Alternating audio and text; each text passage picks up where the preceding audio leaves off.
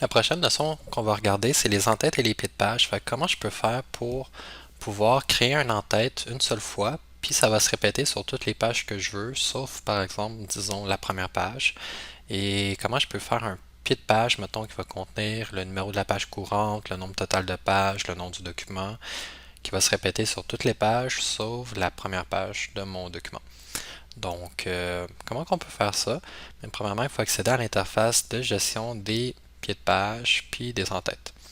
La manière la plus simple que je trouve, c'est il faut simplement double-cliquer dans la section à peu près dans les 2 premiers centimètres du haut de notre feuille. Donc, par exemple, ici, on double-clique.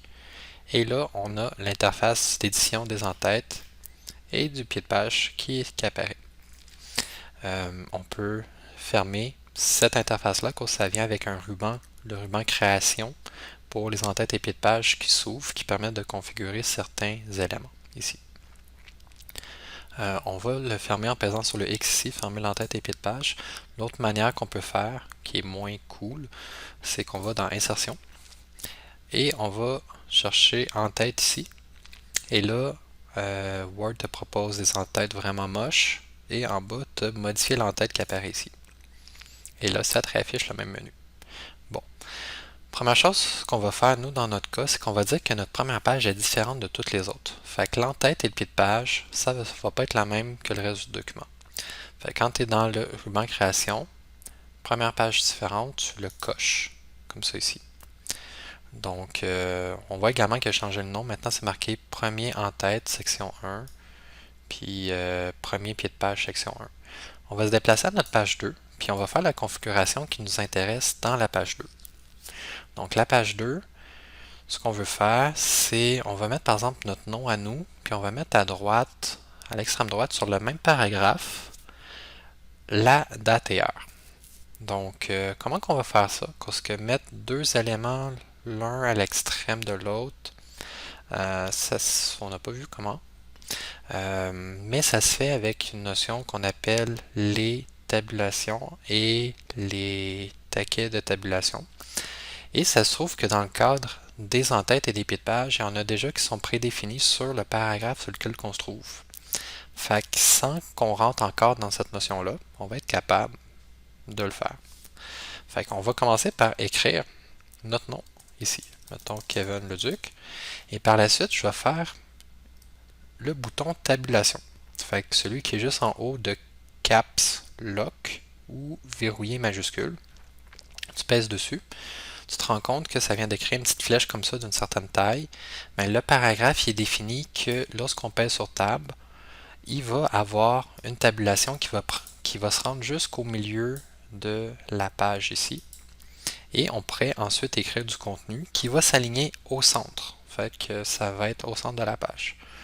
Si on fait un nouveau tab, il va rajouter une deuxième tabulation et maintenant le contenu qu'on va écrire au bout de ce deuxième tab-là, il va être aligné à droite du document. Donc on peut écrire par exemple la date du jour et ça va bien s'afficher.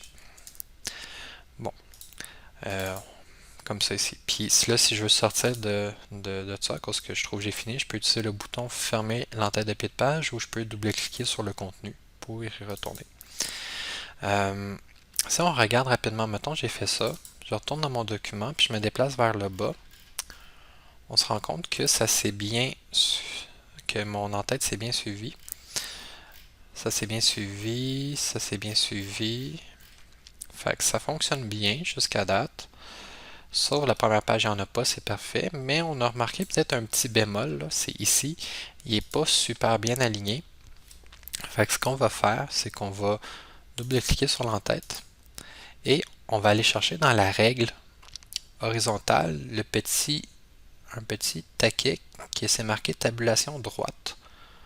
Fait que vous le voyez, il ressemble à ça le petit dessin.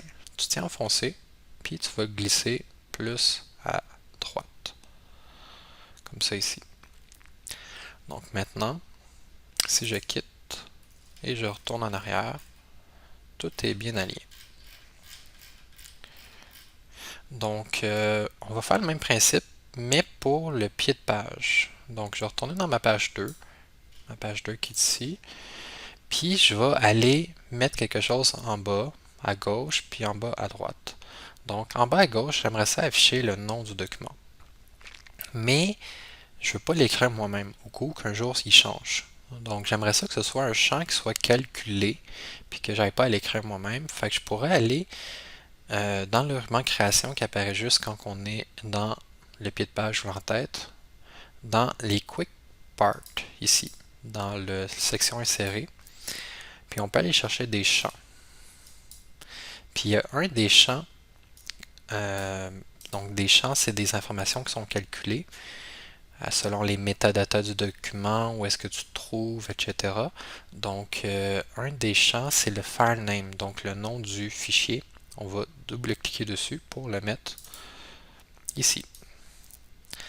Maintenant, on va faire la même chose que tantôt. On va faire des tabs jusqu'à temps qu'on se rend au bout de notre pied de page, puis on va insérer deux autres champs qui viennent de QuickPart.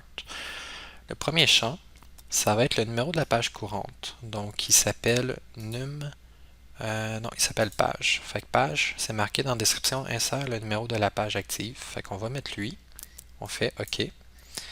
Fait que ce numéro-là, le 2, il va changer si je suis en bas. Fait que par exemple, en bas, ça va être un 3, un 4, un 5, un 6. Donc, la valeur, elle change pour moi sans que j'ai rien à faire. On va faire un espace, on va mettre un slash, on va faire un espace et on va par la suite, dans QuickPart, aller chercher un deuxième champ qui représente le nombre de pages totales dans notre document. Donc, ici, ce serait le num page, que c'est le nombre de pages dans le document. On fait OK. Et maintenant, on a un pied de page qui est intéressant. La seule chose qu'on va changer, c'est comme tantôt, on va prendre notre page qui est la plus grande ici, celle qui est en paysage. On va prendre la tabulation droite dans la règle. Oh, je pense que je l'ai mal sélectionné. Ouais, je vais annuler, je vais faire un CTRL Z. Je vais essayer de la reprendre de nouveau. Non, je ne l'ai pas bien pris. On va l'avoir. Maintenant, je clique. Bloopers, ok. Ah, ok, là il veut. Bon. Il est un petit peu farouche, mais ça finit par fonctionner. Donc là, c'est bien aligné ici, puis je peux voir dans toutes mes pages que mon pied de page il a bien été mis. Donc c'est l'une des manières peut-être plus simples de gérer le tout. En passant, la configuration d'un en-tête, un pied de page va par défaut être identique à la page précédente. Sauf dans le cas ici qu'on avait indiqué première page différente. Mais si on met le focus sur un en-tête, on va voir que l'option liée au précédent est cochée. Même chose, si je clique sur l'entête de la page 3, lié au précédent, il est coché, et ainsi de suite. Fait que si on voudrait faire quelque chose de différent pour une certaine page, on pourrait décocher l'option liée au précédent, faire notre configuration pour cette page-ci, puis toutes les pages qui vont suivre la même, sauf si dans les autres pages, on désactive encore l'option liée au précédent. Donc, c'est tout ce que je voulais vous montrer par rapport à l'entête, le pied de page. Tu as également la possibilité de jouer sur la hauteur, largeur. C'est plutôt rare que je joue avec ça, mais sinon, c'est pas mal tout.